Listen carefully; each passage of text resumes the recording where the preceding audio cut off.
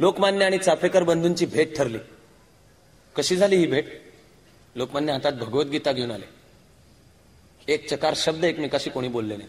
लोकमान्यांनी चाफेकर बंधू आणि वासुदेव रानडेंच्या हातात भगवद्गीतेची प्रत ठेवली. दुसऱ्या दिवशी पहाटे ती प्रत घेऊन हे चौघे जण फासावर लटकले. त्या रात्री 14 वर्षाचा विनायक भगुरला असा तळमळत तळमळत जागा होता. पहाटेच्या सुमाराला त्यांनी देवघरातल्या देवीच्या दुर्गेच्या तस्वीरी समोर जाऊन साष्टांग प्रणिपात घालून प्रतिज्ञा घेतली. मायभूमीच्या स्वातंत्र्यासाठी सशस्त्र क्रांतीचा केतू उभा करून मारिता मारिता मरे तो झुंजेल. वय वर्ष 14. सन 1898. एकदा यज्ञ पेटला तो 26 फेब्रुवारी 1966 पर्यंत अखंड तो यज्ञ चालू होता. किती चढ उतार आहेत, किती यश अपयश आहे. रूढार्थाने यशापेक्षा अपयश जास्ती आहे, रूढार्थाने चढापेक्षा उतार जास्ती आहे. उपेक्षा आहे, अवहेलना आहे, लोकापवाद आहे, खोटे आरोप आहेत. तेव्हा आहेत आणि ते आज 40 वर्ष आता होतील लवकर 3 वर्षामध्ये तरी अजूनपर्यंत चालू आहेत. थकले का सावरकर? थकले. कधी थांबावसं वाट. थकले. सावरकरांना अंदमानमध्ये आत्महत्या सुद्धा करावीशी वाटली. पण मग सावरकर अंदमानमध्ये म्हणाले की आपल्या मनात आत्महत्येचा विचार आला याचा अर्थ संकल्पाचं बळ कमी पडलं. माझ्या वयाच्या 14व्या वर्षी ती जी एकदा प्रतिज्ञा घेतली सशस्त्र क्रांतीचा केतू उभा करून मायभूमीच्या स्वातंत्र्यासाठी मारिता मारिता मरे तो झुंजेन, ते कुठं गेलं बळ? अंदमानच्या 11 वर्षात बळ कोणी दिलं? हातीपायी धड परत आल्यानंतर सुद्धा इंग्रज सरकारच्या अटी स्वीकारून पण मग लेखन, भाषाशुद्धी, विज्ञाननिष्ठा, जात्युच्छेदक निबंध, समाज परिवर्तनाची चळवळ, पतित पावन मंदिर, हळदी कुंकू कार्यक्रम, कुठून आली प्रेरणा? केवढं उत्तुंग कर्तृत्व आहे, कुठून आलं हे सगळं? मग पुरेसे इशारे दिलेले असूनही शत्रूशी पत्करलेली शरणागतीन हा देश फुटला. अखंड भारताचं पाहिलेलं स्वप्न ठिकऱ्या ठिकऱ्या झालं. तरी मिळालेला 2/3 भारत हातात घ्या एवढा सुद्धा गेल्या 1500 वर्षात कधी नव्हता, असं म्हणत सिंधू सूक्त सांगण्याची प्रेरणा.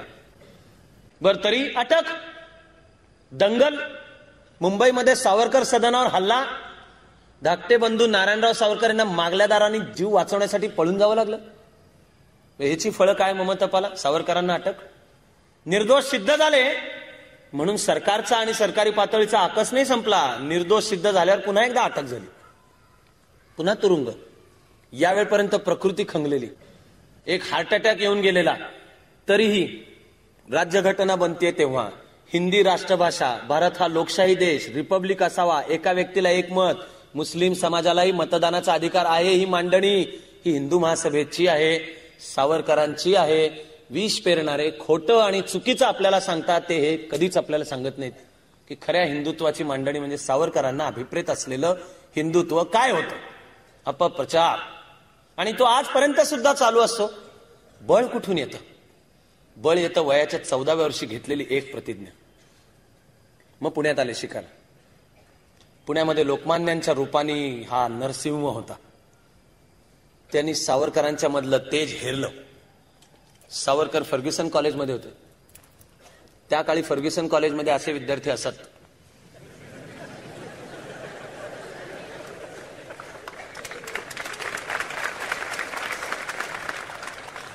वैशालीचं उद्घाटन कधी झालं मला माहिती नाहीये.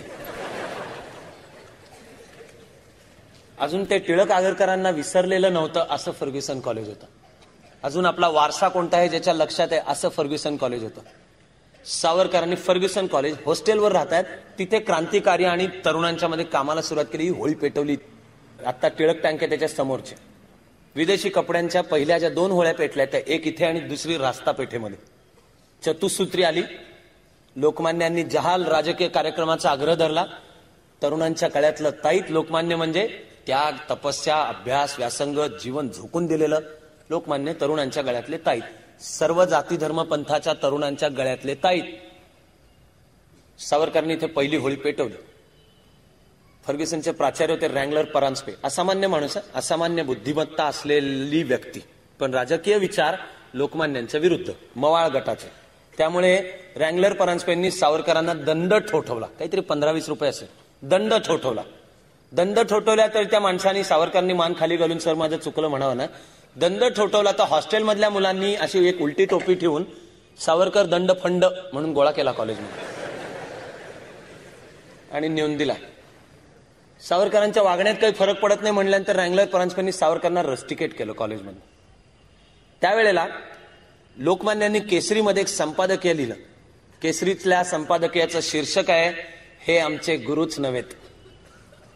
हे कशाचे गुरु? तरुणांना कोणती प्रेरणा पाहिजे? देशावर सर्वस्व अर्पण करण्याची प्रेरणा, त्यासाठीच कर्तृत्व करण्याची प्रेरणा पाहिजे असं सांगणारा एक नरकेसरी सिंह या पुण्यामध्ये, महाराष्ट्रामध्ये, हिंदुस्थानमध्ये होता. त्यांचं मार्गदर्शन सावरकरांना लाभलं. उच्च शिक्षणासाठी जायचं होतं लंडनला. लोकमान्यांनी लंडनमध्ये थांबून काम करणाऱ्या श्यामजी कृष्ण वर्मांच्या करता चिठ्ठी दिली. श्यामजी कृष्ण वर्मा, मॅडम कामा आणि अनेक सहकारी हे लंडनला जाऊन त्यांनी इंडिया हाऊस म्हणून एक संस्था स्थापन केली होती. कल्पनाच ही होती की तिथे थांबूनही स्वातंत्र्याचा लढा लढता यावा. लोकमान्यांच्या चिठ्ठीनुसार सावरकरांना स्कॉलरशिप मिळाली आणि 1906 मध्ये सावरकरांनी प्रयाण केलं लंडनकडे. खरं म्हणाल तर क्रांतिकार्य सावरकरांचं म्हणावं अशी कोणती वर्ष? जून जुलै 1906 मध्ये ते भारताचा किनारा सोडतायत आणि जुलै 1910 मध्ये अटक आहे, खटलाय आणि अंदमानला रवानगी आहे. 4च वर्ष. अशी वीज कडाडून जावी अशी 4 वर्ष. कारण इतिहासाचे पुरावे पाहिले तर सर्वस्वानी असं दिसून येईल की तिथपासून पुढे भारताच्या कानाकोपऱ्यात जिथे जिथे सशस्त्र चळवळ सुरू झाली तिचं कुठे ना कुठेतरी धागे दोरे सावरकरांच्या या 4 वर्षाच्या कामामध्ये जाऊन भिडतात. लंडनमध्ये सावरकरांचे जे सहकारी होते यांची नुसती यादी जरी पाहिली तरी ते भारताच्या सर्व जाती धर्म पंथांचे, भारताच्या सर्व भागातले, दक्षिणेतले, उत्तरेतले, पंजाबमधले, तमिळनाडूतले हिंदू मुस्लिम सगळे आपल्याला त्याच्यामध्ये दिसून येतात. MPT आचार्य म्हणून एक तमिळ माणूस, कीर्तिकरांचं नाव पुढे गोष्ट सांगण्याच्या संदर्भामध्ये येणार आहे तिथे येईल. पण डॉक्टर राजन म्हणून होते, दक्षिण भारतीय माणूस. नंतर मध्य प्रदेशचे जे मुख्यमंत्री झाले असे रविशंकर शुक्ला हे सावरकरांशी संपर्कात आणि क्रांती कार्यामध्ये सुरुवातीच्या काळात होते. उल्हासकर दत्त ज्याची पुढे अंदमानमध्ये सावरकरांची भेट झाली ना, आपण त्याची कहाणी ऐकणार आहोत. त्याचा भाऊ सुखसागर दत्त सावरकरांच्या बरोबर लंडनमध्ये कामाला होता. सुप्रसिद्ध आणि ज्यांचं नाव आपण विसरू शकत नाही आणि महाराष्ट्राविना राष्ट्र गाडा न चाले असं म्हणणारे सेनापती बापट हे सावरकरांचे त्यावेळचे सहकारी होते. सिकंदर हयात खान ज्यांना पुढे सर ही पदवी मिळाली आणि नंतर ते पंजाबचे मुख्यमंत्री सुद्धा, ते सावरकरांचे त्या काळातले मित्र, सहकारी, लंडनमध्ये एकत्र बरोबर. अशी तर सर्व नावं अनेक येतील. पण यांच्यामध्ये होता एक पंजाबी, गोरा पान, लाल चुटूक ओठ असलेला, अत्तराचे फाये लावून सुटाबुटामध्ये फिरणारा, केसाचा भांग असा मधनं पाडून केस दोन्ही बाजूला करत स्टाईल मिरवत फिरणारा छैल छबेला मदनलाल धिंगरा. तो या आगीच्या सहवासामध्ये आला, तो पण पेटला, उजळून निघाला आणि तो पण पेटला. एका बैठकीमध्ये काहीतरी चर्चा चालू होती आणि क्रांतिकार्य वगैरे. तर धिंगरा त्या बैठकीत होता, काहीतरी बोलला, कोणतरी त्याची टिंगल करणारं बोललं.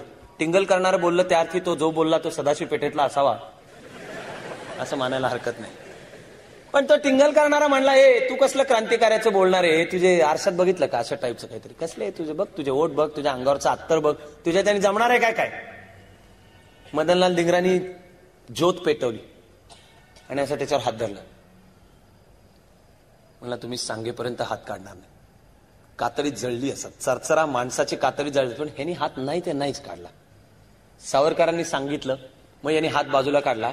तो दागिना म्हणून मिरवत होता. हे देशभक्तीचं सर्टिफिकेट, आणि हे पूर्ण सर्टिफिकेट नाहीये, देशभक्तीसाठी क्वालिफाय झाल्याचं सर्टिफिकेट आहे.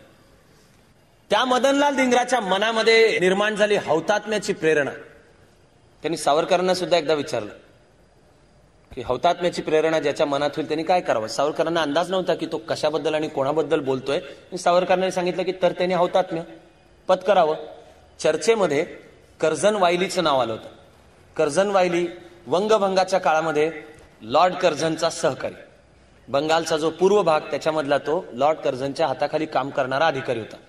वंगभंगाच्या काळात या कर्झन वायलीनी पूर्व बंगालच्या भागामध्ये जाऊन मुसलमानांच्या वेगळ्या सभा घेऊन कर्झनच्या सूचनेनुसार कर्झन वायलीनी पूर्व बंगालमधल्या मुस्लिम समाजाला उचकवायचा प्रयत्न केला होता.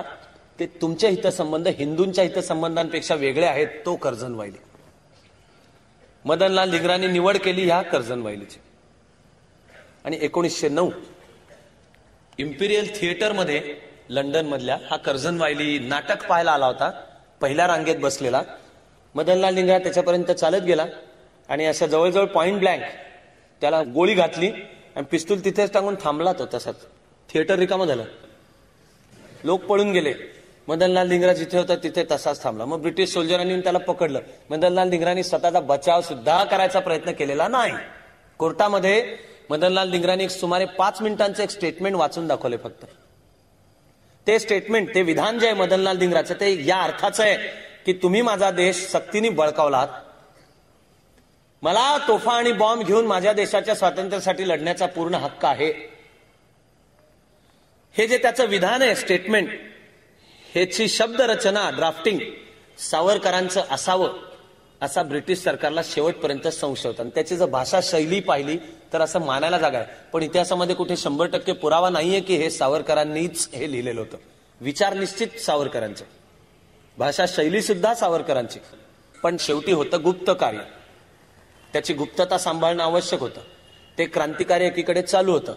पुस्तकांच्या मध्ये पिस्तुलीच्या आकाराचा असा कागद कापून त्याच्यात पिस्तूल, पुस्तकाचं कव्हर मात्र चार्ल्स डिकन्सची एखादी कादंबरी, पिकविक पेपर्स, डेव्हिड कॉपरफिल्ड, अशी कादंबऱ्यांची काहीतरी मुखपृष्ठ. अशी मुखपृष्ठ वेगळं आणि आतला मजकूर वेगळा, अशी फसगत तुमची अनेकांची सुद्धा झालेली असणार आहे.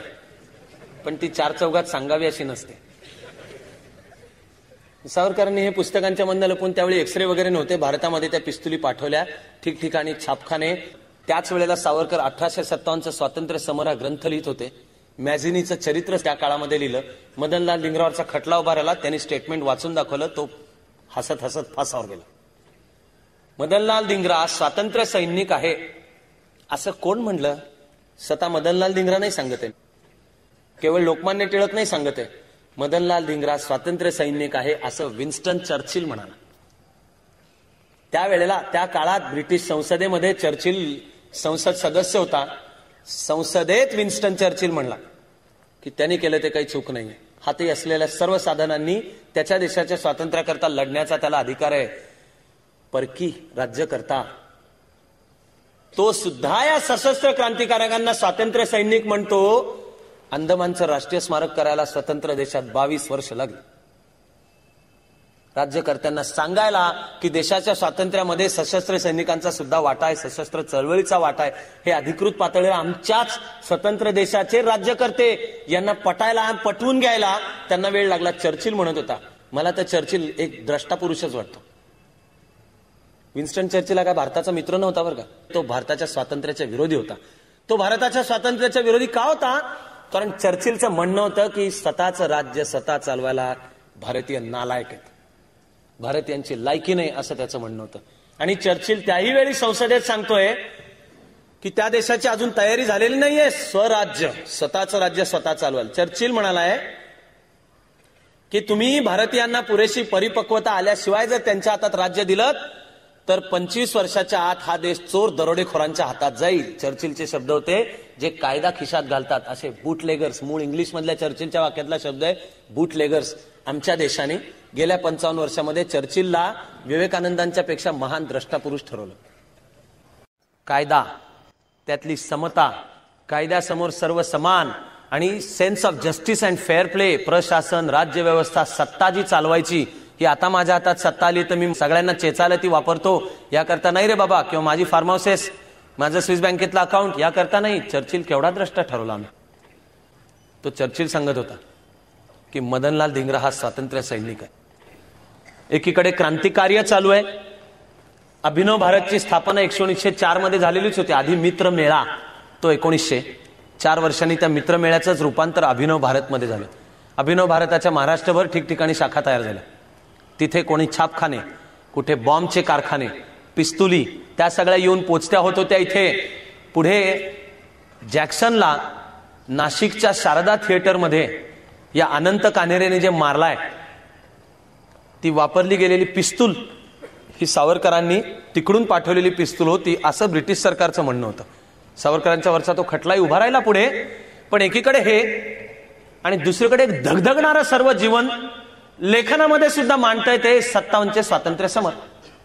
आणि मॅझिनी इटलीच्या एकात्मतेचं स्वप्न पाहणारा एक साधा माणूस.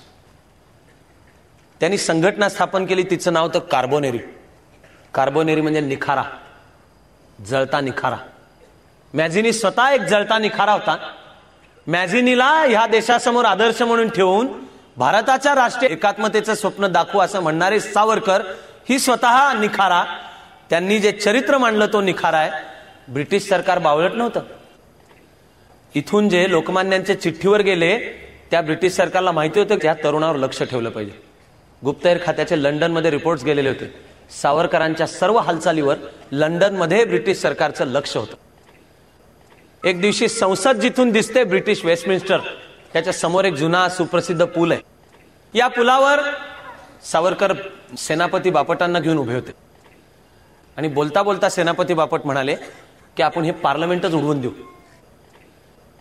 सावरकरांनी त्यांना समजावून सांगितलंय की सशस्त्र क्रांतीचा लढा म्हणजे हा गरम डोक्याने लढण्याचा आणि केवळ हौतात्म्याकरता, केवळ बलिदानाकरता असा लढण्याचा लढा नाहीये. सशस्त्र क्रांतीचा लढा हा शिवाजीचं शांत थंड डोकं कुठे अटॅक करायचा, उगाच हौतात्म्यासाठी हौतात्म्य नाही, ही आठवण सेनापती बापटांनी नोंदवून ठेवलेली. क्रांतिकार्याचे प्रयत्न, लेखन, 57चे स्वातंत्र्य समरचं लेखन चालू होतं. ते लेखन चालू आहे असं काहीतरी याच्या वार्ता ब्रिटिश सरकारच्या कानावर गेल्या होत्या. कारण सावरकरांच्या वर्तुळात वावरणारा एक घरभेदी होता, तुमच्या माझ्या देशाची फितुरीची परंपरा चालवणारा. याचं नाव होतं कीर्तिकर. एक दिवस सावरकर आपल्या सर्व मित्रमंडळींच्या बरोबर घरी आले लंडन मधल्या जिथे राहत होते तिथे. तर खालच्या मजल्यावरनं त्यांना ज्या खोलीमध्ये ते होते तिथे दिवा दिसला. आपण नसताना दिवा कसा काय म्हणून हे दुसरे दोघं तिघं मित्र होते ते त्या खोलीपाशी गेले. त्यांनी पाहिलं तर हा कीर्तिकर सावरकरांचे कप्पे चाळत होता. त्याच्या हातामध्ये 57चे स्वातंत्र्य समरचे हस्तलिखिताची 2-4 पानं होती. हे सगळे एमपीटी आचार्य, डॉक्टर राजन, स्वामी म्हणून होते. सगळे मिळून येऊन त्या कीर्तिकरला मारण्याकरता म्हणून आले. सावरकर मध्ये पडले आणि म्हणाले की थांबा थांबा थांबा, कीर्तिकरला मारू नका. सावरकरांनी थांबवलं सगळ्यांनी. त्याला विचारलं कीर्तिकरला की तू का असं करत होतास. कीर्तिकरने सांगितलं माझी घरची गरिबी आहे, मला स्कॉलरशिप नाही आणि ब्रिटिश सरकार मला पैसा देणार आहे, नाही तर मला म्हणले तुला इथून हाकलून देतो. म्हणून ब्रिटिशांनी माझ्यावर काम सोपवलं की सावरकर काय करतात त्याच्या गुप्त बातम्या येऊन सांग. सावरकर म्हणले फारच छान. तो घाबरलेला कीर्तिकर होता, त्याला वाटलं आता आपल्याला मारणार का काय. सावरकरांनी सांगितलं की तुझं आहे हे काम चालू ठेव, फक्त यापुढे एकच कर, इकडच्या तिकडे ज्या बातम्या देशील त्या चुकीच्या दिशाभूल करणाऱ्या दे, तिकडच्या मात्र येऊन आम्हाला सांगशील त्या बिनचूक बातम्या दे. त्यापुढे कीर्तिकरने हे काम चालू केलं. मदनलाल धिंगराच्या फाशीनंतर हे 57चं स्वातंत्र्य समर सुद्धा यथावकाश प्रकाशित झालं, पण ते छुप्या मार्गाने ब्रिटनमधनं आधी गेलं नेदरलंड, हॉलंडमध्ये, तिथे ते प्रकाशित झालं. तिथून त्याच्या प्रति भारतभर आल्या, महाराष्ट्रभर आल्या, सर्वत्र वाटल्या गेल्या. 57चे स्वातंत्र्य समर यामध्ये सावरकरांनी मुख्य 2 महत्वाचे सिद्धांत मांडलेत. एक अर्थातच की हे नुसतं बंड नव्हतं, हा नुसता उद्रेक नव्हता, तर यामागे नियोजन होतं आणि देशाला पुन्हा एकदा स्वातंत्र्य मिळवण्याची दृष्टी होती. वाद अजूनही चालू राहतो की ते स्वातंत्र्य समर होतं का बंड होतं का काय होतं, करायचा त्यांना तो वाद करू द्यात. पण सावरकरांनी दुसराही एक महत्वाचा सिद्धांत मांडला. तो 57चे स्वातंत्र्य समर मधला महत्वाचा सिद्धांत आहे हिंदू मुस्लिम ऐक्य. 57चे स्वातंत्र्य समरमध्ये सावरकर मांडतात की हिंदूंनी मुस्लिमांनी एकत्र येऊन राष्ट्रीय हितसंबंधासाठी हा लढा दिला, अशी मांडणी 57चे स्वातंत्र्य समरमध्ये आहे. मॅझिनीचंही चरित्र यथावकाश झालं. मदनलाल धिंगरांनी ज्या वेळेला कर्झन वाहिलेला उडवला आणि खटला चालू होता त्यावेळेला लंडनमध्ये राहणाऱ्या भारतीयांनी एक सभा भरवली. त्या सभेमध्ये मदनलाल धिंगराच्या निषेधाचा ठराव समोर आला. त्या ठरावावरची सगळी चर्चा झाली. आपण ब्रिटिश राणीचे सच्चे प्रजाजन आहोत असं सांगायची सगळ्यांनाच घाई होती ना. सगळे एकामागून एक सांगत होते, तो निषेधाचा ठराव येणार. एवढ्यात मागच्या बाकावरून आवाज आला की नाही मंजूर, म्हटले निषेध नाही. ते अर्थातच स्वातंत्र्यवीर सावरकर होते, मी वेगळं सांगायचं गरज नाही. ठणठणीतपणे लंडनमध्ये त्यांनी सांगितलं की मदनलाल धिंगरा स्वातंत्र्य सैनिक आहे आणि त्याला या सभेनी, भारतीयांच्या या सभेनी मदनलाल धिंगराचं निषेधाचा ठराव करू नये. पण इकडे भारतामध्ये जे छापे पडले ठिकठिकाणी, त्यामध्ये पिस्तूल पकडली गेली. अनंत कानेरे तर पकडला गेलाच. जे पिस्तूल होतं ते सावरकरांनी तिकडून पाठवलेलं पिस्तूल आहे असं ब्रिटिशांनी मांडलं. इकडे सोलापूर वगैरे ठिकाणी जे छापखाने होते तिथे छापे पडले. त्याच्यातला हा जो आक्षेपार्ह वगैरे मजकूर होता हा पकडला गेला. या सगळ्यामध्ये बाबाराव सावरकरही पकडले गेले. खरं म्हणजे ही पकडापकडी झाली त्यावेळेला सावरकर लंडनमध्ये नव्हते. हे दमनचक्र चालू झालं म्हणून सावरकर पॅरिसला जाऊन राहिले होते अज्ञातवासामध्ये. पण तिथे त्यांना बाबाराव सावरकर पकडले गेले एवढं तर कळलेलं होतं. तर सावरकरांनी बाबाराव सावरकरांची पत्नी, सावरकरांची वहिनी, मोठ्या भावाची पत्नी हिला पत्र पाठवलं. हे इतिहासामध्ये अजरामर आहे. आणि मोठ्या एक वेळ जी माणसं असतील त्यांचा एक वेळ सोडा, वाढत्या वयातल्या सर्व मुलामुलींनी या 2 कविता पाठ करून अंतःकरणावर कोरून ठेवाव्यात. असं मी तुम्हाला किती सांगतोय. तुम्ही म्हणाल काय काय कोरून ठेवावं. तुमचं अंतःकरण केवढं मोठं आहे त्यावर अवलंबून आहे. पण या 2 कविता, एक सावरकर आपल्या वहिनीला लिहितायत, भावाला अटक झाली, वहिनीला सावरकर लिहितायत. अनेक फुले फुलती, फुलोनिया सुकोनी जाती, कोणी त्यांची गणती महती ठेविली असे, परिजे गजेंद्र शुंडेने उपटिले, श्रीहरी चरणी अर्पियले, कमल पुष्पते अमर ठेले, मोक्षदायी पावन.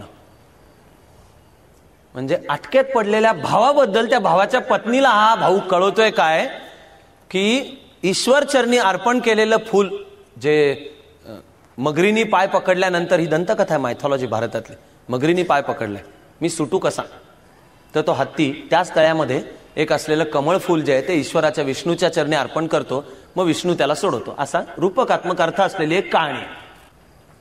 आणि दुसरं आहे वहिनीस पत्र नावाचं तर प्रसिद्धच आहे. हे काय बंधू असतो जरी आम्ही सात, हे मातृभूमी तुझला मनवाही येले, वक्तृत्व वाक विभवही तुझं अर्पी येले, तू तेची अर्पिली कविता रसाला, सगळं सर्वस्व या मातृभूमी करताच अर्पण. या कवितेमध्ये सावरकर म्हणतात हे काय बंधू असतो जरी आम्ही सात, आम्ही 7 भाऊ असतो तरी त्वच थंडीला वरी तुझ्या यज्ञाकरता आम्ही अर्पण केले असते. उलट म्हणले मला दुःख होतं की आम्ही 3 भाऊ. पुढे बाबारावांच्यावर खटला झाला, ते अंदमानला गेले. ह्या सगळ्या बातम्या सावरकरांना कळलेल्या नव्हत्या. अज्ञातवासात पॅरिसमध्ये सावरकरांपर्यंत बाकीच्या बातम्या मात्र पोचत होत्या. ते होतं महाराष्ट्रातलं दमनचक्र, ते होतं इतर अनुयायांची लंडन आणि महाराष्ट्रामध्ये होणारी ससे होलपट. सावरकर हे स्वातंत्र्यानंतर ज्या प्रकारचे भेकड राजकीय नेते आमचा देश पाहतोय दुर्दैवाने, तसे नेता नव्हते. श्रेय घ्यायची वेळ आली की मी, काम झालं तर माझ्यामुळे झालं, नाही झालं तर त्यांच्यामुळे नाही झालं. आंदोलनामध्ये काही गैरगोष्टी घडल्या तर समाजकंटक शिरलेले, जे आंदोलनामध्ये जे सहकारी त्यांना उघड्यावर वाऱ्यावर कधीही टाकून द्या. सावरकरांपर्यंत पॅरिसमध्ये जेव्हा दमन चक्राच्या सगळ्या बातम्या पोहोचल्या, सावरकर आपणहून ब्रिटनमध्ये परत गेले. पूर्ण माहित होतं की ब्रिटिश भूमीवर पाऊल टाकल्या क्षणाला अटक होणार आहे, तरीही सावरकर गेले आणि लिव्हरपूलला खरोखरच बोटीमधून ब्रिटिश भूमीवर पाऊल टाकल्या टाकल्या सावरकरांना अटक झाली. चार्जशीट झालं, गुन्ह्याचं आरोपपत्र होतं सरकारविरुद्ध. हिंसक मार्गाने सशस्त्र बंड करणे, समाजामध्ये सरकारबद्दल अप्रीती पसरवणे, सार्वभौमत्वाला धोका देणे, शस्त्रास्त्रांचा वापर करणे वगैरे वगैरे. पण खटला चालायला पाहिजे इथे भारतात ना. म्हणून ते जुलै 1910 मध्ये कैद्याचा वेश देऊन त्यांना मोरिया नावाच्या बोटीवरून ब्रिटनमधून भारताकडे यायला निघाले. त्या बोटीवर हातात साखळदंड आणि कैद्याचा वेश घेऊन जहाजावर चढण्यापूर्वी हे जे MPT आचार्य हा सहकारी होता, हा सावरकरांना भेटला. बोटीवर चढता चढता सावरकर म्हणाले की गोष्टी जर नीट जुळून आल्या तर आता आपण मार्सेयमध्ये भेटू. इंग्लिश स्पेलिंगनुसार याचा उच्चार मार्सेलिस असा होतो, पण त्याचा जो फ्रेंच उच्चार आहे तो मार्सेय असा होतो. त्यातलं य पण पूर्ण उच्चार नसतोय करायचा. पण फ्रेंच शब्दांचे उच्चार कसे करायचे हे मी तुम्हाला सांगण्याच्या फंदात पडत नाही. फ्रेंच शब्दाचा उच्चार करायचा असेल तर एक दिशादर्शक सूत्र म्हणजे रानटीतली रानटी कल्पना करा की या शब्दाचा उच्चार काय असणं शक्य नाही. तो उच्चार म्हणजे फ्रेंच उच्चार मार्सेय. MPT आचार्यानं सावरकर म्हणाले की योग नीट जुळून आले तर मार्सेयला. ते MPT आचार्याच्या लक्षात आलं. त्यांनी निरोपानिरोपी केली. रविवार 7 जुलै 1910 ही मोरिया बेट मार्से बंदरामध्ये लागली. दुसऱ्या दिवशी सकाळी 8 जुलै सावरकरांनी ते बरोबर जे सैनिक होते त्यांना सांगितलं मला जरा जाऊन यायचंय, लॉंग ट्रिप 2 नंबर. बरोबर जे शिपाई होते त्यांनी सावरकरांना त्या बोटीवरच जे संडास असतो WC त्याच्यात पाठवलं. तो आतला जो गुन्हेगार आहे आरोपी तोही दिसत राहावा म्हणून एक भोक असतं. सावरकर आत गेले, अंगावरचे जे कैद्याचे कपडे होते ते काढून त्या भोकावर टांगले आणि पोर्टहोल असतं त्या बोटींना, समुद्राच्या साईडची जी वॉल भिंत त्याला एक भोक असतं. शरीर कसं बसं जाईल एवढ्याच आकाराचं असतं, त्याच्यातून गेले. बाहेर जे शिपाई उभे होते ते बेसावत नव्हते, त्यांना वेळ जरा गरजेपेक्षा जास्ती जातोय, हा आतला माणूस काय करतोय काहीच कळत नाहीये. त्यांनी दार ठोठावलं, आवाज येईना, म्हणून शेवटी त्यांनी ते तोडून घुसले. त्यावेळेला त्या पोर्टहोलमधून सावरकरांचे पायचे बाहेर पडत होते. सावरकरांनी सूर मारला पाण्यात, साप साप साप साप हात मारत किनाऱ्याकडे आले. त्यांची योजना होती की एकदा फ्रेंच भूमीवर पाय ठेवला की मी ब्रिटिश कायद्याच्या बाहेर आहे. फ्रान्स आणि ब्रिटनमध्ये एकमेकांचे गुन्हेगार एकमेकांना सुपूर्द करण्याचा, त्याला म्हणतात गुन्हेगारांची देवघेव, एक्स्ट्रडिशन ट्रीटी, हा नव्हता.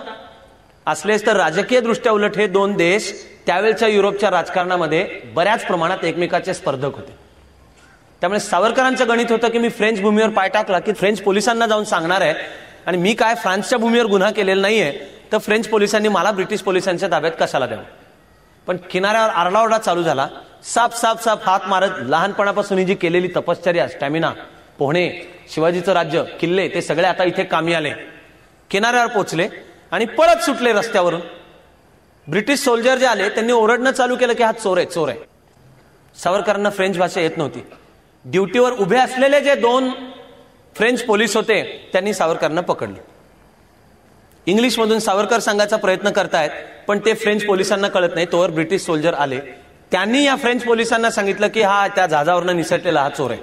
म्हणून फ्रेंच पोलिसांनी सावरकरांना पुन्हा एकदा ब्रिटिश पोलिसांच्या हवाली केलं आणि सावरकरांना घेऊन ब्रिटिश पोलीस पुन्हा त्या बोटीकडे जाऊ लागले. त्यावेळेला सावरकरांना नेण्यासाठी आलेली श्यामजी कृष्ण वर्मा आणि मॅडम कामा यांना घेऊन आलेली कार आली आणि तिने पाहिलं की सावरकरांना कैद करून घेऊन चाललेत परत. आमचा इंडियन स्टँडर्ड टाइम. अमेरिकेमध्ये वर्ल्ड ट्रेड सेंटरवर हल्ला झाला. अनेक भारतीय तिथे काम करतात, आपली मित्रमंडळी करतात. आम्हाला काळजी की ह्या 2-3 काय झालं. इंटरनेटवरनं कॉन्टॅक्ट करा, फोन करा, संपर्क करा. मुकुंद कुठे आहे? मुकुंदाचा पत्ताच नाही. 4 दिवसांच्या नंतर पत्ता लागला की काळजीचं कारण नाही, मुकुंद जिवंत आहे. का जिवंत आहे? बॉम्बस्फोटाच्या दिवशी 15 मिनिटं उशिरा पोहोचला. त्यामुळे अंडरग्राऊंड रेल्वेतनं तो स्टेशनमधनं बाहेर पडतोय त्यावेळेला त्याला समोर वर्ल्ड ट्रेड सेंटरवर झालेला हल्ला दिसला. म्हणजे बहुधा तुमच्यातल्या ज्याला हवंय त्याला उलट हे समर्थन होणार की उशिरा होण्याचे फायदे. आमच्या भारतीय म्हणींच्या मध्ये सुद्धा भगवान के घर देर है लेकिन अंधेर नाही. ज्यांच्या ईश्वराच्या दरबारात सुद्धा उशीर आहे ते आम्ही कसे काय वेळेवर, आम्ही वेळ पाळणारे आम्ही होणार आहोत. सावरकर तुरुंगात आले, खटला झाला. वर्णन करण्यात फार वेळ काय घालवायचा आहे. 2 जन्मठेपीच्या शिक्षा ठोठावण्यात आल्या. सावरकरांनी खरं म्हणजे हेगच्या आंतरराष्ट्रीय कोर्टात एक अपील केलेलं होतं की मी जो काही गुन्हा केलेला आहे तो आता मला पकडण्यात आलं फ्रेंच भूमीवर, फ्रेंच भूमीवर मी गुन्हा केलेला नाही, तर माझा खटला चालायचाच असेल तर आंतरराष्ट्रीय कोर्टासमोर चालावा. ती सुनावणी यायची होती, ती संधी मिळायला नको. जर हेगच्या आंतरराष्ट्रीय कोर्टाने जो निकाल दिला तो आपल्या विरुद्ध गेला तर अडचण होईल. म्हणून ब्रिटिश सरकारने सावरकरांवरचा खटला भरभर चालवला आणि 2 जन्मठेपींच्या शिक्षा त्यांना सुनावण्यात आल्या. सामान्य लेचापेचा माणूस असता तर चक्कर येऊन पडला असता. तर 2 जन्मठेपीच्या शिक्षा ऐकल्यानंतर गाडीत घालून सावरकरांना आधी डोंगरीच्या तुरुंगात न्यायचं होतं काही दिवसांकरता. ते गाडीमध्ये घालून त्यांना तुरुंगामध्ये घेऊन चाललेले होते. त्यावेळेला काहीतरी विषय झाला की 2 जन्मठेपी म्हणजे 50 वर्ष. तर सावरकर हसून म्हणले की म्हणाले याचा अर्थ ब्रिटिशांचा हिंदू संस्कृतीवर विश्वास दिसतोय. हिंदू संस्कृतीवर विश्वास का? कायद्यामध्ये जन्मठेप ही जी कन्सेप्ट आहे, संकल्पना, हिचा अर्थच आहे की तुम्ही गुन्हा इतका गंभीर केलाय की आता उरलेला सगळा जन्म तुरुंगात. सावरकर म्हणाले ब्रिटिशांनी मला 2 जन्मठेपी दिला, याचा अर्थ ब्रिटिश राजसत्तेचा पुनर्जन्मावर विश्वास आहे. पुढल्या जन्मातली जन्मठेपीची शिक्षा पण मला ब्रिटिश सरकारने आत्ताच देऊन ठेवली. अशी त्याचा सुद्धा विनोद. डोंगरीच्या तुरुंगात पोचले. कोणीतरी तुरुंगाचा अधिकारी किंवा बोलण्याचा विषय आला, सावरकर ते कैद्याच्या वेशामध्ये हिणवण्यासाठी, टिंगल करण्यासाठी सावरकरांना म्हणाले की आता 50 वर्ष काळ्या पाण्याची शिक्षा. सावरकर म्हणले बस 50 वर्ष, पण तोवर तुमचं राज्य टिकलं तर ना. अंगावर असा सरसरून काटा उभा राहतो. अंदमान मध्ये रवाना झाले, महाराजा बोटीवरून गेले अंदमानला. सावरकरांची कोठडी पहा, गळ्यामध्ये असा बिल्ला होता स्पेशल. त्या बिल्ल्यावर डी आहे, डी म्हणजे डेंजरस, धोकादायक. आणि त्याच्यावर कोरलेल्या, त्या बिल्ल्यावर, पितळी बिल्ल्यावर कोरलेल्या तारखा आहेत 25 डिसेंबर 1910 ते 24 डिसेंबर 1960. 50 वर्ष. अंदमानचा तो जेलर बारीबाबा, स्वतः आयरिश. आयर्लंडची स्वातंत्र्यासाठी लढाई चालू होती. एकेकाळी बारीबाबाही त्याच्यात होता, पण परिस्थितीला शरण जाऊन गुडघे टेकून वाकून तो आता ब्रिटिशांचा सच्चा सेवक बनून या अंदमानचा क्रूर कर्मा जेलर असा बनलेला बारीबाबा. त्याच्यापर्यंत कानावर रिपोर्ट होता की बॅरिस्टर सावरकर. सावरकर औपचारिक आणि कायद्याच्या दृष्टीने म्हणाल तर बॅरिस्टर नव्हते. का? कारण इंग्लंडमध्ये ज्या वकिली कॉलेज, ग्रेज इन म्हणजे पुढे बाबासाहेब आंबेडकर ज्या कॉलेजमध्ये जिथे बॅरिस्टर झाले तेच ग्रेज इन, तिथे सावरकर बॅरिस्टरी, त्यांची लेखी तोंडी सगळं झालेलं होतं उत्तम. पण या क्रांतिकार्यातल्या सहभागाच्या बातम्या माहीत असल्यामुळे त्यांना बॅरिस्टरी देण्यापूर्वी त्यांच्यावर अट घालण्यात आली की राजकारणात भाग घेणार नाही असा शब्द देत असला तर तुम्हाला ही बॅरिस्टरी अधिकृत पदवी देऊ.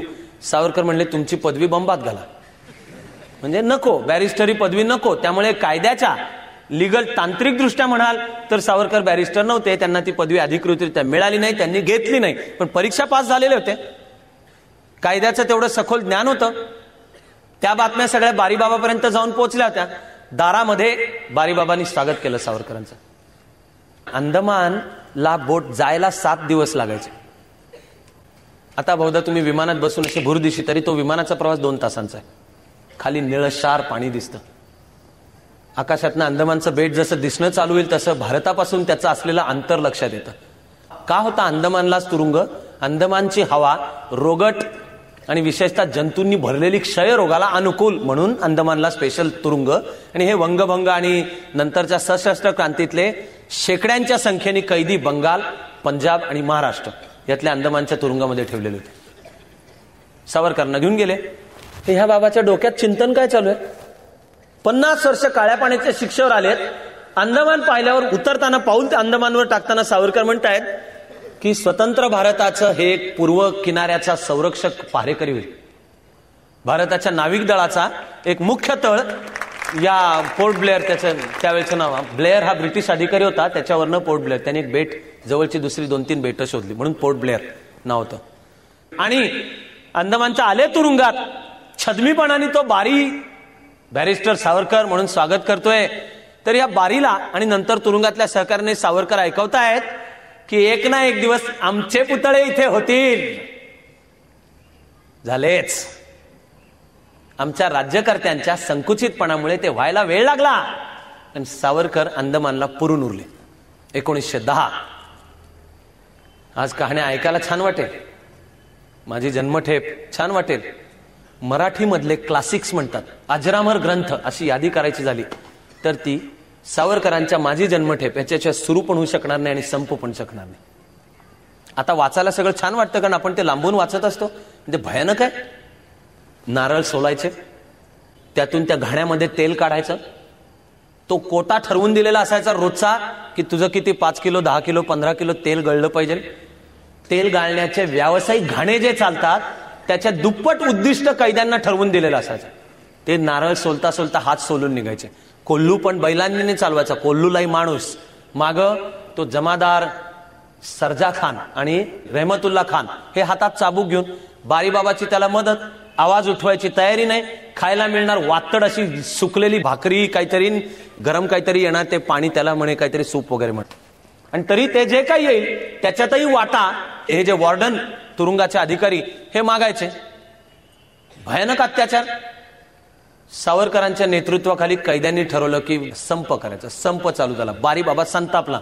संप मोडून काढीन. हे माणसं अन्न खायला तयार नाहीत. त्याच्यामध्ये इंदुभूषण म्हणून स्वातंत्र्य सैनिक होता.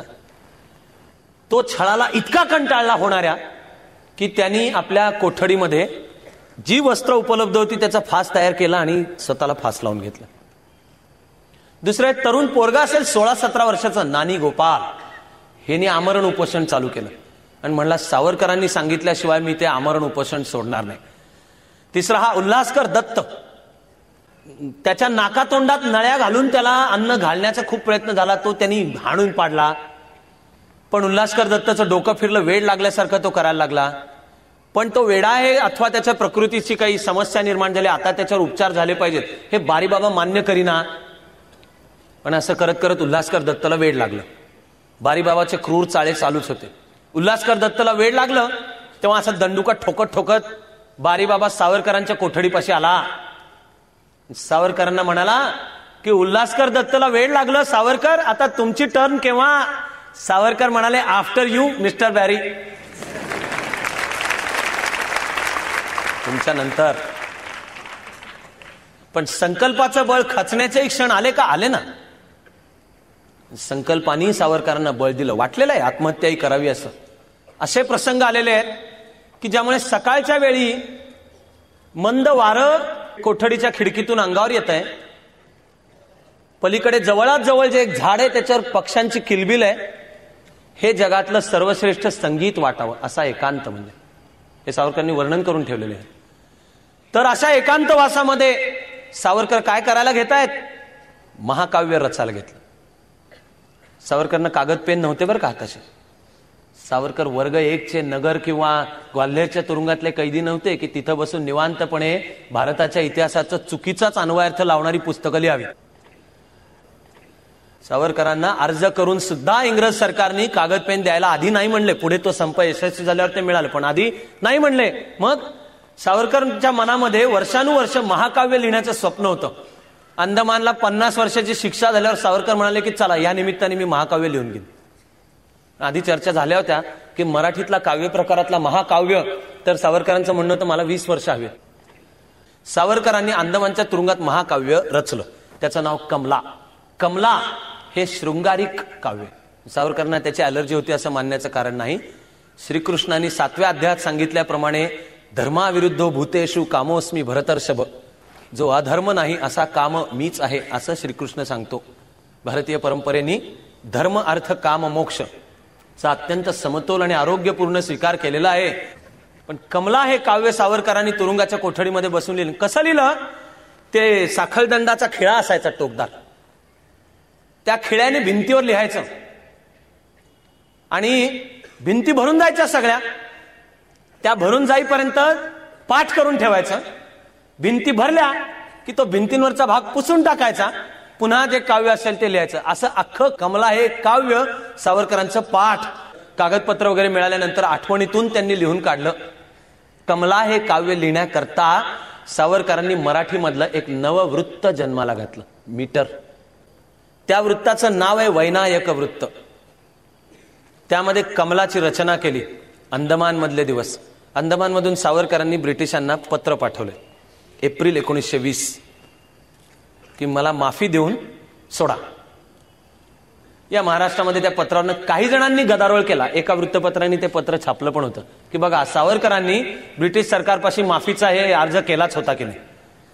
6 एप्रिल 1920 चा अर्ज आहे. सावरकरांनी काय ह्यांच्या मते अंदमानमध्येच खितपत पडायला होतं काय? हे टॅक्टिक आहे. या पत्रात सावरकर काय म्हणतात? ही स्ट्रॅटेजी, धोरण आहे. या पत्रात सावरकर काय म्हणतात?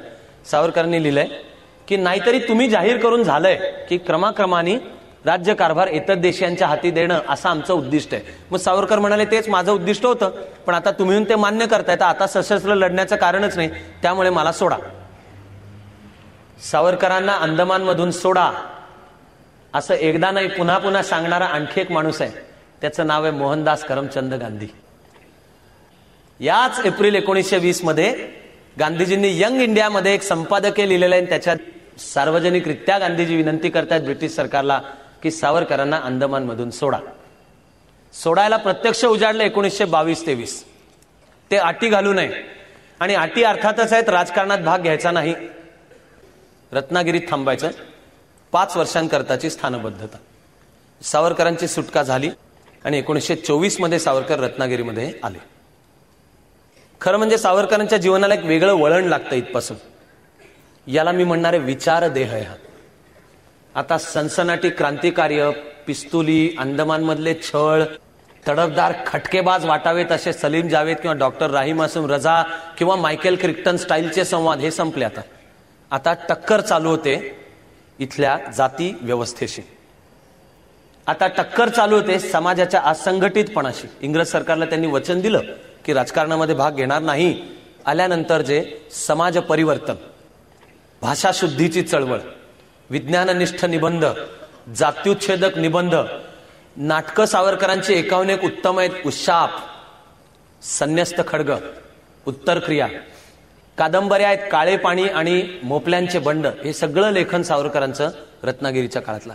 या एका माणसाने निदान 15 क्षेत्रांच्या मध्ये असा संचार केलेला आहे की ज्यातल्या एका क्षेत्रात माणसाने काही काम केलं तर त्याला वाटतं आयुष्य धन्य.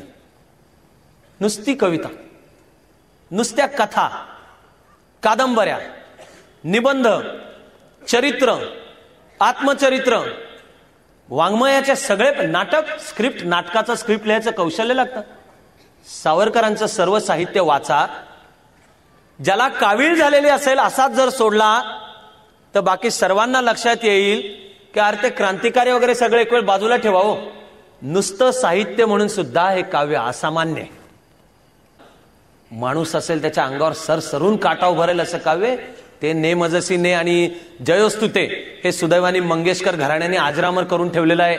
अनादिमी, अनंतमी, अवध्यमी, भला काव्याच्या कुठल्याही सावरकरांच्या काढून पहा. काव्य, कथा, नाट्य, शास्त्रीय लेखन, विज्ञाननिष्ठ, जातीपाती दूर करणारं लेखन, भाषाशुद्धीच्या चळवळी. भाषा हे तुमचं माझं वैचारिक शरीर आहे. आणि ज्या दिवशी तिचा आत्मा, तिचं शरीर, तिचं मूळ रूप सोडून ती एक भ्रष्ट संमिश्र काहीतरी विचित्र भाषा होऊन बसेल. इंडिया के फॉरेन मिनिस्टर ने घोषणा की कि ये हमको एक्सेप्टेबल नहीं है. सध्या आमच्या चॅनलवरच्या बातम्या आहेत बरं का. आम्ही कोणत्या भाषेबद्दल बोलतो? सावरकरांनी आपल्याला किती शब्द दिले. आता ते मिळाल्यावर ज्या सहजपणे ते रूढ झालेले आहेत ते पाहता भाषाशुद्धीच्या चळवळीची टिंगल करणाऱ्यांचीच टिंगल झाली पाहिजे. मेयर हा शब्द वापरला जात असे. महापौर हा सावरकरांनी दिला. रिपोर्टर याला वार्ताहर हा शब्द सावरकरांनी दिला. चित्रपट क्षेत्राशी संबंधित तर जे अनेक शब्द आहेत, चित्रपट, दिग्दर्शन, संकलन, हे सगळे सावरकरांनी दिले शब्द. बजेटला अर्थसंकल्प हा शब्द सावरकरांनी सुचवला. भाषा प्रभू, आशयांचे प्रभू. आता हे अनेक शब्द रूढ सुद्धा झालेले आहेत. नुसते बोलत नाही राहिले या सगळे मुद्दे, केले केले. एकीकडे बाबासाहेबांचा काळाराम मंदिराचा सत्याग्रह, चौदार तळे हे चालू होतं तेव्हा आधी सावरकरांनी रत्नागिरीतलं विठ्ठलाचं मंदिर, जे गावाचं दैवत समजलं जात होतं, ते गावाची सभा भरवली, पटवून दिलं. वादविवाद झाला. कलेक्टरनी माणसंही नेमली होती की इथं लाठाकाठ्या चालणार आहेत, पण सावरकर खंबीरपणे समोर उभे राहिले. 2-2.5 तास ही सभा झाली. पटवून दिलं, पण समाजाने मान्य केलं आणि आपणहून समाजाच्या सर्व घटकांकरता विठ्ठलाच्या मंदिराचे दरवाजे खुले झाले. असं कुठल्याच्याही आधीचं पहिलं प्रकरण आहे ते सावरकरांच्या पुढाकारातून रत्नागिरीत झालं. मग त्यांच्या प्रेरणेतून रत्नागिरीचे एक जोशी म्हणून जे कार्यकर्ते होते यांनी मंदिर स्थापन केलं. त्या मंदिराकरता निधी सावरकरांचे सहकारी असलेले बहुजन समाजातले भागोजी कीर नावाचे उद्योगपती होते, यांनी पैसा दिला. मग रत्नागिरीतलं पतित पावन मंदिर उभं राहिलं. त्याला पतित पावन नाव जे दिलंय हे रामाकरता म्हणून केवळ दिलेलं नाहीये, तर या ईश्वरापाशी सर्व जाती धर्म पंथांचं खुलेपणाने स्वागत आहे. म्हणजे तो सर्वच पावन आहेत असं म्हणतो. इथे कोणी पतित नाही म्हणून पतित पावन असं मंदिर. पतित पावन मंदिराची घटना 1931 सालातली. पण रत्नागिरीतल्या सावरकरांनी केलेल्या ज्या गोष्टीकडे सर्वात जास्ती लक्ष द्यायलाही हवंय आणि त्याचा अर्थ समजावून न घेता जिकडे लक्ष देण्यात आलेलं आहे ते म्हणजे त्यांचा हा ग्रंथ हिंदुत्व आणि त्यांनी मांडलेली विचारधारा हिंदुत्वाची. ज्यांना हिंदू हा शब्द ऐकला की अंगावर झुरळ पडतं त्यांच्यासाठी पुढचा भाग नाही. ज्यांना कावीळच झालेली, ज्यांचं ठरलेलंच आहे की कावीळ त्यांना दुसरं नीट दिसणारच नाहीये काही, मग त्यांना खोटा सेक्युलरिझम चालतो, त्यांना खोटा सर्वधर्म समभाव चालतो. मला तुम्हाला आधी हे सांगू देत की सावरकरांनी संपूर्ण वाङ्मयात कुठेही मुस्लिम द्वेष सांगितलेला नाही. सावरकरांनी स्वतंत्र भारत हे लोकशाही राष्ट्र असेल, ते रिपब्लिक म्हणजे प्रजासत्ताक असेल, नंतर सावरकरांच्या नेतृत्वाखाली हिंदू महासभेने हे ठराव सुद्धा संमत केलेले आहेत की स्वतंत्र भारत हे प्रजासत्ताक लोकशाही, एक व्यक्तीला एक मत, ते देशातल्या सर्वांना एवढंच नाहीये, सावरकरांच्या हिंदू महासभेने संमत केलेला ठराव आहे की अल्पसंख्याकांच्या अस्मिता आणि धर्माचं रक्षण केलं गेलं पाहिजे. मी तुम्हाला नेहरू सांगत नाहीये, मी तुम्हाला बाबासाहेब आंबेडकर सुद्धा सांगत नाहीये, हे सावरकर आहेत. आणि तरी सावरकर सांगतायत की या राष्ट्राच्या राष्ट्रीय अस्मितेचं वर्णन करणारा जो शब्द आणि संकल्पना आहे ती हिंदुत्व ही संकल्पना आहे.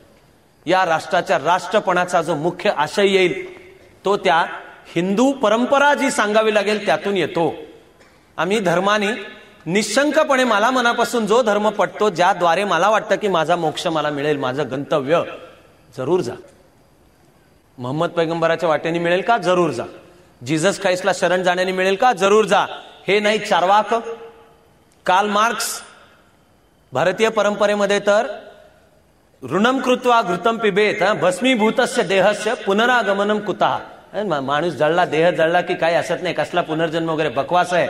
आणि हे धर्माच्या सगळ्या कल्पना म्हणजे पुरोहितांनी स्वतःचा धंदा चालवायला निर्माण केलेल्या गोष्टी आहेत असं म्हणणारा चार्वाक हा भारतीय परंपरेत ऋषी असतो. खांबाला जाळून मारणे, इन्क्विजिशन ही भारताची परंपरा नाही. तुला पटेल तो धर्म, तो विचार, ते पुस्तक, त्यासाठी धर्मांतर ही कल्पना सुद्धा भारतीय व्यवस्थेमध्ये नाही. धर्मांतर ही कल्पना सेक्युलरिझमच्या विरुद्ध आहे. धर्मांतर ही कल्पना सर्व धर्म समभावाच्या विरुद्ध आहे. हे अनेक जण बकवास जी बडबड करतात ते लक्षातच घेत नाही. सर्व धर्म समभाव तरी असू शकतो किंवा धर्मांतर ही कल्पना तरी असू शकते, दोन्ही कसं काय असू शकेल? सर्व धर्म जर समान असले तर मग धर्मांतर करायचं कशाला? भारतामध्ये 2 वर्षांपूर्वी पोप यायचा होता, स्टेट गेस्ट, भारताचा अधिकृत पाहुणा, स्टेट गेस्ट पोप यायचा होता. आमचे काही मित्र म्हणले निषेध करा. मी आग्रह धरला की निषेध करणे ही आपली परंपरा नाही. मग म्हणाले निदर्शनं तरी करा पोप समोर. म्हणलं ती पण परंपरा नाही. आपण पोप महाशयांना एकच गोष्ट विचारू की सर्व धर्म समान आहेत हे तुम्ही मानता का? हे वाक्य पोप कधीही बोलणार नाही. हे वाक्य शाही इमाम कधीही बोलणार नाही. कारण ज्या क्षणाला सर्व धर्म समान आहे हे तुम्ही म्हणाल त्या क्षणाला एका रामदासचा गॅब्रियल किंवा कुतुबुद्दीन व्हायची आवश्यकता नसते. तुला पटलं का? त्या मार्गाने जा. तुला खरोखर मनापासून इस्लामचा विचार पटला तर जरूर जा, पण ते अमुक केलं पाहिजे म्हणून यापुढे आता तू दाढी ठेवली पाहिजेस आणि या देशाच्या परंपरेशी द्रोह केला पाहिजेस, हे कुठून आलं? मसुरीला अकॅडमीमध्ये असतानाचं आमचं ते जे वर्ष आहे तेव्हा भारतामध्ये रामायण टीव्हीवर चालू होतं आणि आम्ही सुद्धा दर रविवारी ते रामायण नावाचं कार्टून जे रामानंद सागरनी काढलेलं होतं ते पाहायला जायचो. आधी ते 10 कमांडमेंट्स, बेन हर वगैरे बायबलवर आधारित सिनेमे पाहिलेले असल्यामुळे ते असे भन्नाट भव्य, इथे म्हणजे एका टोकाने राम येतो, दुसऱ्या टोकाने रावण येतो, तो असा एक बाण सोडतो, मग असा आवाज येतो, दुसऱ्या टोकाने एक बाण येतो, त्या आकाशामध्ये त्यांची टक्कर होते. आम्ही हा या कथांमध्ये खरं म्हणजे प्रचंड पोटेन्शियल आहे असामान्य 70 mm चा असामान्य चित्रपटही काढण्याचं. पण आम्ही ते रामायण पाहायला बसायचो आणि प्रभू श्रीरामावरच्या निष्ठेपायी पायातले जोडे काढून लोक टीव्ही समोर बसायचे. रामायण चालू होतं. मसुरीला अकॅडमीमध्ये आम्ही ते पाहत असताना माझा एक बॅचमेट तो मध्य प्रदेशातला आहे आणि त्याचं नाव डॉक्टर सुहेल अख्तर, माझा चांगला मित्र. तो पण रामायण पाहायला यायचा. सकाळी 9ला चालू व्हायचं. ते आमचं सकाळचं जे काही ब्रेकफास्ट वगैरे पळत पळत जे पाहायला बसायचं समोर ते रामायणाला, तो पण पाहायला बसायचा. एक दिवस आम्ही त्याची टिंगल करण्याकरता, मजा मित्रामित्रांमध्ये चालती तशी मजा करण्याकरता मीच त्याला म्हणलं की अरे सुहेल तुझे क्या कर रहा है यार, तेरे को तेरे धर्म के लोग निकाल देंगे ना. सुहेल अख्तर रामायण कसं काय पाहतो?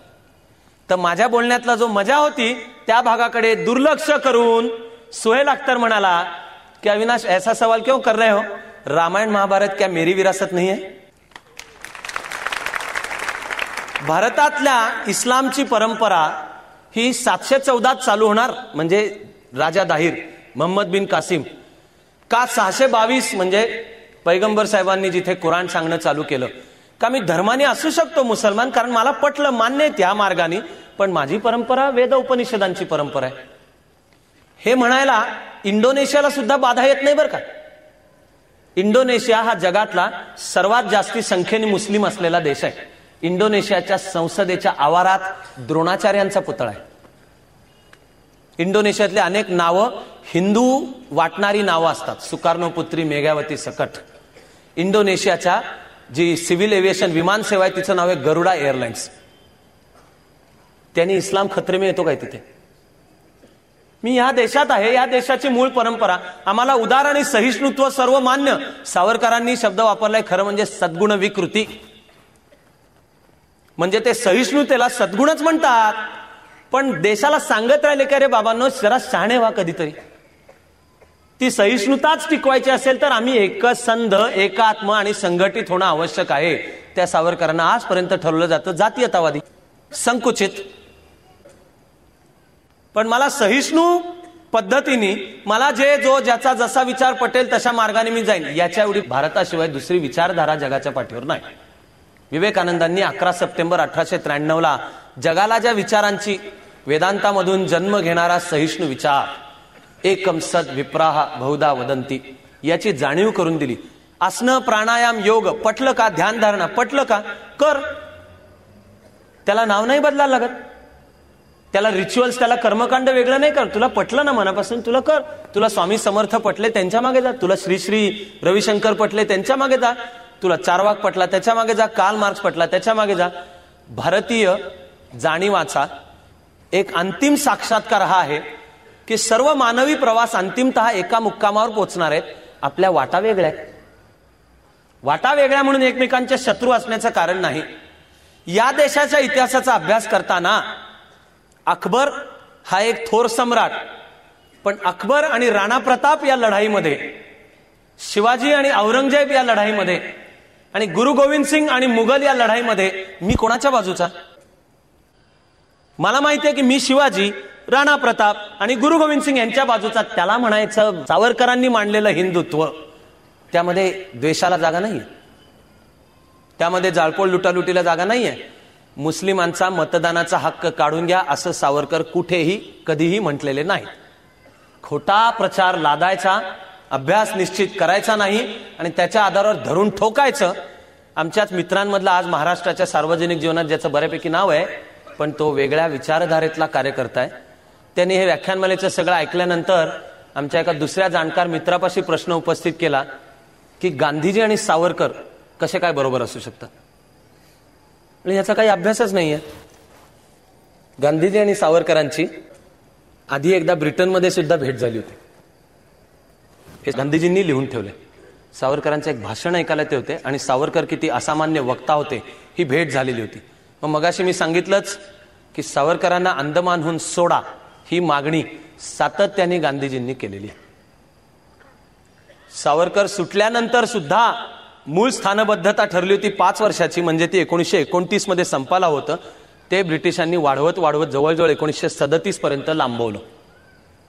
तर या मधल्या वर्षांमध्ये काही निवडक वेळा, फार आग्रही नाही पण काही निवडक वेळा का विना, गांधीजींनी पुन्हा पुन्हा सांगितलेलं आहे की सावरकरांच्यावरची बंधनं काढून त्यांना राजकीय कार्यात सुद्धा सहभागी व्हायची सवलत द्या.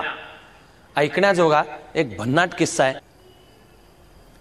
गांधीजी रत्नागिरीत पोचले मार्च 1927.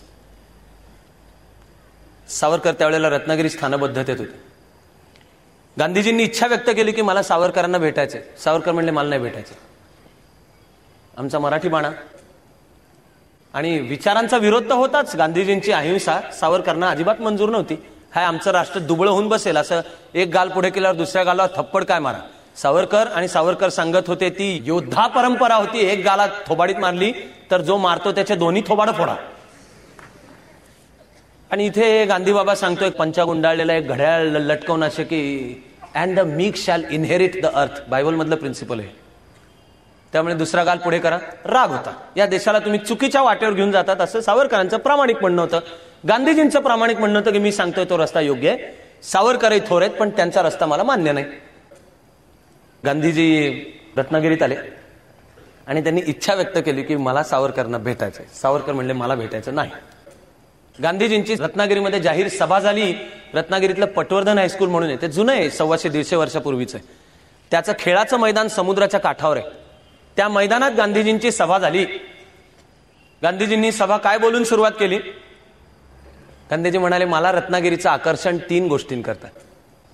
एक, त्यांनी समुद्राकडे असं बोट दाखवलं, म्हणले हा महासागर, आणि दुसरी महासागरानंही महान असलेली दोन महान माणसं, लोकमान्य टिळक आणि स्वातंत्र्यवीर सावरकर. आपण केला तसा टाळ्यांचा कडकडाट रत्नागिरीतल्याही लोकांनी केला.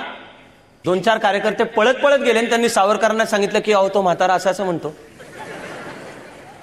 मग सावरकरांनी चिठ्ठी पाठवली, भेट झाली, 40 मिनिटं भेट झाली आणि खटका आहे. भेट झाली म्हणजे वादच आहे. हिंदूंच्या शुद्धीकरणावर तुमचं काय मत आहे, हिंसेच्या मार्गाने सशस्त्र मार्गाने लढा करण्यावर तुमचं काय मत आहे, खटका. या भेटीचा जो 40 मिनिटं अखेर शेवट झालेला आहे हा हाच झालाय की तुम्ही तुमच्या मार्गाने मजा, मला माझ्या मार्गाने जाऊ दे. गांधीजी एवढंच सांगून निरोप घेत आहेत की मला माझ्या मार्गाने जाण्याच्या आडवे तरी तुम्ही येऊ नका. स्वातंत्र्य मिळालं. गांधीजी सांगत होते की फाळणीला विरोध आहे. सावरकरही फाळणीला विरोध करत होते. 10 वर्ष आधीपासून सावरकर वॉर्निंग देत होते की हे काँग्रेस फाळणी स्वीकारेल आणि त्यांच्यापासून सावध राहा. काश्मीरमध्ये बहुसंख्या वाढत चाललेली आहे मुस्लिमांची, ज्या भागात ती वाढते तो देश एकापासून तुटतो. ईशान्य भारताचा दौरा करून आले ते हिंदू महासभेचे अध्यक्ष या नात्याने येऊन सांगितलं की एकाच भागामध्ये ख्रिश्चन धर्मियांची संख्या वाढते, उद्या हा देश देशापासून तुटून पडेल. त्या मागण्या पुढे चालू झाल्याच. आत्ता अक्षरशः महिन्या-दीड महिन्यापूर्वी बीबीसी एक स्टोरी करते नागालँडवर. बीबीसीचा वार्ताहर काय म्हणतो की नागा हु आर नॉट इंडियन्स, बीबीसीवरची स्टोरी आहे. आणि ते काय हु आर नॉट इंडियन्स, बीबीसीची वार्ताहर जिल मॅकगव्हर्न म्हणून त्याच्या बरोबर होती. ती जाऊन नागा बंडखोर दहशतवादी सशस्त्र चळवळ करणं यांच्या तंबू कॅम्प्स यांच्यामध्ये त्यांचं ट्रेनिंग कसं तर त्याची फिल्म बीबीसीवर दाखवली. आणि ही जिल मॅकगव्हर्न काय म्हणते की नागाज आर नॉट इंडियन्स. पुढे बोलता बोलता की their faces are different and they are Christian, yet another reason which sets them apart from India. Christian झाला म्हणजे भारतीय नाही, आणि मंगोल शैलीचा चेहरा आहे, गोलाकार चेहरा म्हणजे भारतीय नाही, असं बीबीसी. कारण बीबीसीला म्हणायचं की भारत एक राष्ट्र नाहीच. त्यांच्या हातातलं माध्यम वापरून जो वैचारिक सिद्धांत सांगायचा आहे तसा तो त्यांच्या परीने तर ते सांगतातच आहे. फाळणीची ठसठसती जखम, याच्या अनेक अंगांच्या बद्दल अर्थातच आपण गांधीजींच्या वर ऐकू त्यावेळेला येणार आहे. सर्व अटी संपल्या आणि सावरकर हिंदू महासभेचे अध्यक्ष झाले. हैदराबादचा जो निजाम होता तो हिंदूंच्यावर अत्याचार करत होता. हिंदू महासभेने ठरवलं की त्या अत्याचारातून हिंदूंची सुटका करण्याचं काम हाती घ्यायचं. या कामाला हिंदू महासभेने दिलेलं नाव काय होतं, ते नाव आहे भागानगरचा सत्याग्रह. भागानगर कारण मूळ नाव भाग्यनगर. हे जी धर्मांध इस्लामिक राजवट तिने याचं नाव बदलून हैदराबाद केलं म्हणून ते पुन्हा मूळ नाव करायचं अशी चळवळ म्हणून भागानगर, पण कार्यपद्धती सत्याग्रह. स्वातंत्र्य मिळायचं होतं त्याही वेळेला मिळालं. गांधीजी म्हणले की काँग्रेसचं विसर्जन करा आणि लोकसेवक संघ स्थापन करा. गांधीजींचं काँग्रेसने ऐकलं नाही, कारण हातात आयतं पडलेलं सत्तेचं दान कोण आणि कसं सोडणार. पण गांधीजींचं म्हणणं होतं की काँग्रेस ही एक चळवळ आहे, तो राजकीय पक्ष नाही. या चळवळीमध्ये भारतीय समाजाचे सगळे घटक जाती धर्म पंथ आणि विचारधारांचे आहेत. स्वातंत्र्य मिळवण्याचं श्रेय कोणा एकाच राजकीय पक्षाला मिळता कामा नये असं गांधीजींचं स्वतःचं म्हणणं होतं. म्हणून गांधीजी सांगत होते की आता राष्ट्रीय सभा 1885 मध्ये ज्या कारणासाठी स्थापन झाली ते उद्दिष्ट पूर्ण झालं. राष्ट्रीय सभेचं विसर्जन करा, तुम्हाला हवा तो तुमच्या विचारधारानुसार पक्ष स्थापन करा, संसदीय राजकारणाच्या ज्या निवडणुका आहेत त्या लढवा, पण काँग्रेसचं विसर्जन करा. काँग्रेसच्या नेत्यांनी ऐकलं नाही. गांधीजी एकटे पडले. पण स्वातंत्र्यवीर सावरकर हे काही असं त्यांचं कोणी ऐकणार नाही, त्यांच्या पक्ष संघटनेत असं चित्र नव्हतं. सावरकरांनी सांगितलं अभिनव भारत ज्या करता स्थापन केला त्याची पूर्तता झाली आहे, आता अभिनव भारताचा सांगता समारंभ आपण करू. तो झाला 1952 साली. कानात प्राण आणून ऐकून ठेवा. अभिनव भारताच्या सांगता समारंभाच्या कार्यक्रमामध्ये सावरकर हिंदू महासभेचे अध्यक्ष नात्याने त्यावेळच्या राजकारणाचा आढावा घेत आहेत आणि सांगतायत की या राजकारणातले जे विविध पक्ष विचारधारा आहेत त्यातलं कोणाचं आपल्यापासून किती अंतर. आणि सावरकर सांगतायत आपल्याला सगळ्यात जवळचे कोण, तर ते गांधीजी. सावरकरांच्या भाषणातला अस्सल मूळ भाग तुम्हाला मी सांगतोय. 1952 भारताची राष्ट्रभाषा हिंदी असावी, लिपी देवनागरी असावी. झेंडा सावरकरांनी सुचवला होता भगवा आणि त्यावर कुंडलिनी, तो स्वीकारला नाही. पण राज्यघटनेचं सगळं काम चालू असताना सुद्धा सावरकरांनी वारंवार, जेव्हा मुस्लिम स्वतंत्र मतदारसंघ विसर्जित झाले, समान नागरी कायदा यावा यावरची चर्चा चालू होती, हिंदी ही देशाची राष्ट्रभाषा म्हणून स्वीकारली आणि मातृभाषेतून प्राथमिक शिक्षण दिलं जावं, ही सगळी धोरणं मांडली आहेत बरं का. पुस्तकं उघडून जो कावीळ दूर करून पाहणार आहे त्याला दिसेल की हिंदू महासभेच्या कामकाजामध्ये सावरकरांनी मांडलेल्या या सर्व विचारांमध्ये आहे. पण आपल्याला जीवाची कालवा कालव करेल अशा शेवटच्या भागाकडे येणं आवश्यक आहे. ते म्हणजे गांधीजींची हत्या. नथुराम गोडसे हा एकेकाळी संघाचा स्वयंसेवक होता, सावरकरांचा सहकारी होता. तो असताना त्याला पंडित म्हणत असत, पंडित गोडसे. पण गांधीजींच्या हत्येमध्ये सावरकरांचा सहभाग असल्याचा कोणताही पुरावा कुठल्याच सरकारला आजपर्यंत कधीही सापडलेला नाही. सावरकरांना संशयावरून अटक झाली, तुरुंगात गेले, महाराष्ट्रामध्ये दंगली उसळल्या. मी वेगवेगळ्या सूत्रांमध्ये शोधत होतो की यावेळी सावरकर कसे वागलेत आणि त्यांनी आपल्या सहकाऱ्यांना काय सांगितलंय. तर सावरकरांनी आपल्या सहकाऱ्यांना संयम बाळगायला सांगितलंय. सावरकर आपल्या सहकाऱ्यांना सांगतायत की समाजाचा राग समजावून घ्या आणि हा राग असा काय की यावेळेला आपण उलटा हात उचलायचा नाहीये, शांतपणे ऐकून घ्या. मुंबईमधल्या सावरकर सदनावर हल्ला झाला त्यावेळेला त्यांचे धाकटे बंधू, थोरले बंधू 1945 मध्ये आधीच सांगली मुक्कामी कॅन्सरनी गेले होते, बाबाराव. धाकटे बंधू नारायणराव होते. स्वातंत्र्यवीर सावरकर त्यावेळेला मुंबईच्या सावरकर सदनात नव्हते, त्या घरावर हल्ला झाला. नारायणराव सावरकरांना मागच्या दाराने पळून जावं लागलं. जवळजवळ असं म्हणायला जागा आहे की नारायणराव सावरकर तरी आतून खचले असावेत, कारण ते आजारी पडले, प्रकृती खराब झाली आणि त्याच्या पुढल्या वर्षी ते गेले. आपल्या घरावर हल्ला झाला. ज्या देशाच्या स्वातंत्र्यासाठी मी लढतो, तो देश मला स्वातंत्र्य मिळाल्यानंतर संशयावरून अटकेत टाकतोय. खटला झाला. 1949 मध्ये सावरकरांना सोडलं, पुन्हा 1950 मध्ये अटक केली. सावरकरांना सोडलं होतं पण सावरकरांची सगळी प्रॉपर्टी सरकारने जप्त केली होती. ती 1966 पर्यंत सरकारने सावरकरांना परत दिलीच नव्हती. पत्रव्यवहार होतोय, सांगितलं जातं की निर्दोष सोडलंय. असं दाऊदशी सुद्धा वागणार नाही कुठलंही सरकार. असे स्वातंत्र्यवीर सावरकरांचे वागले. सावरकरांचं नाव सुद्धा आकाशवाणीवर चालणार नाही. सावरकरांच्या बातम्या पेपरमधनं ब्लॉक. का? ती वृत्तपत्र राज्यकर्त्यांच्या जवळ असलेल्या गटांची होती. त्यामुळे सावरकर काय बोलतायत हे सांगायचंच नाही. पत्रकारांचा बहिष्कार, आकाशवाणीचा बहिष्कार. सावरकरांच्या सभा त्यावेळच्या सुद्धा भारतामध्ये हजारोंच्या लाखांच्या व्हायच्या. दुसऱ्या दिवशीच्या पेपरला 2 ओळीचं बोटभर सुद्धा रिपोर्ट नाही. द्यायचाच झाला तर येत होता तो विकृत, विचित्र. म्हणजे उपेक्षा करणे, अवहेलना करणे, सतत मारत राहणे, हे सगळं केलं. पण सावरकर पुरून उरले. आणि सगळं करून काय सांगत होते सावरकर? माझ्या घराला सोन्या चांदीचे पत्रे लावा सांगत होते का? 1000 वर्षांच्या गुलामीनंतर स्वतंत्र झालेल्या देशाला सांगत होते संघटित हो, एकत्र ये, तुझ्या अंधश्रद्धा सोड. ते सांगायला सावरकर ह्या टोकाला गेले हे म्हणण्याच्या की गाय ही उपयुक्त पशु आहे. खरं म्हणजे फार या अर्थाचं सावरकर सर्व ठिकाणी बोललेले नाहीत बरं का. सावरकर जरूर म्हणाले की गोमाता म्हणून पूजा करा, पण तिचं संरक्षण करा, वाढवा. त्यावेळेला गोहत्या प्रतिबंधक विधेयकाची चर्चा चालू होती, त्याला सावरकरांचा आश्रय होताच. पण हिंदू व्यवस्थेत सुद्धा अनेकदा मला वाटतं की सावरकरांची गोची झाली.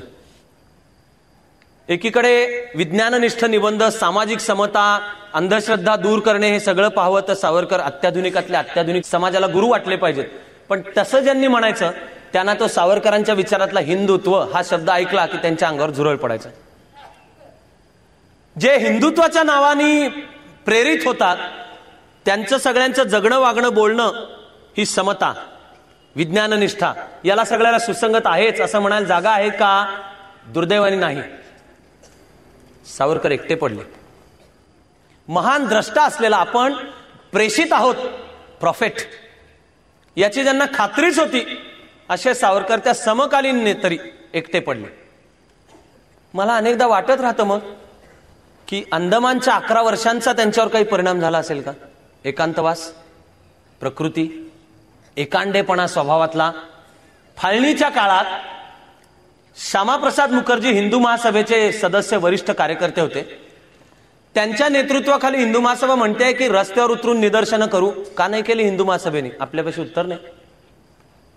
सावरकरांना 1942 मध्ये एक हार्ट अटॅक येऊन गेला होता आणि प्रकृतीच्या कारणास्तव ते पुन्हा पुन्हा हिंदू महासभेला सांगत होते की आता मला जबाबदारीतून मोकळं करा. पण आमचा देश एकदा एकाला एका पदावर आणि एका जागेवर बसवलं की त्याला उतरू नाही देत तिथून. त्यांनी सावरकरांचे राजीनामे स्वीकारले नाहीत.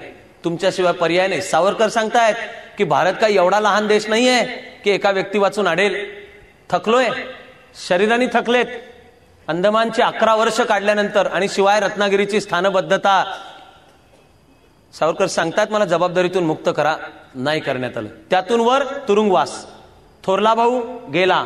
धाकटा भाऊ ह्या सावरकर सदनावरचा हल्ला आणि त्यातून खंगून खंगून. मला प्रश्न पडत राहतो की कधीतरी सावरकरांना वाटलं असेल का हो मनात की अरे मी ज्या देशाच्या स्वातंत्र्याकरता लढलो त्याची ते मला काय हे देत आहे, हे आपल्या वाट्याला काय येते. निवडणुका सुद्धा यथावकाश हिंदू महासभा राजकीय दृष्ट्या हारत गेली. सावरकर असे अधिकाधिक एकटे होत गेले.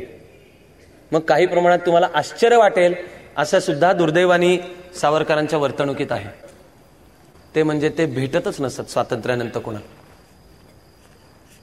स्वातंत्र्याच्या आधी सुद्धा जिनांची सावरकरांची अनेकदा भेट ठरली, ती टाळलीच सावरकरांनी.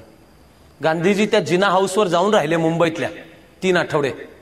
चर्चा केल्या, नागदुऱ्या काढल्या. ते जिनांना पटलं नाही आणि फाळणीचा महाभयानक कलंक लागला. पण जिना आणि सावरकर भेट ठरली होती.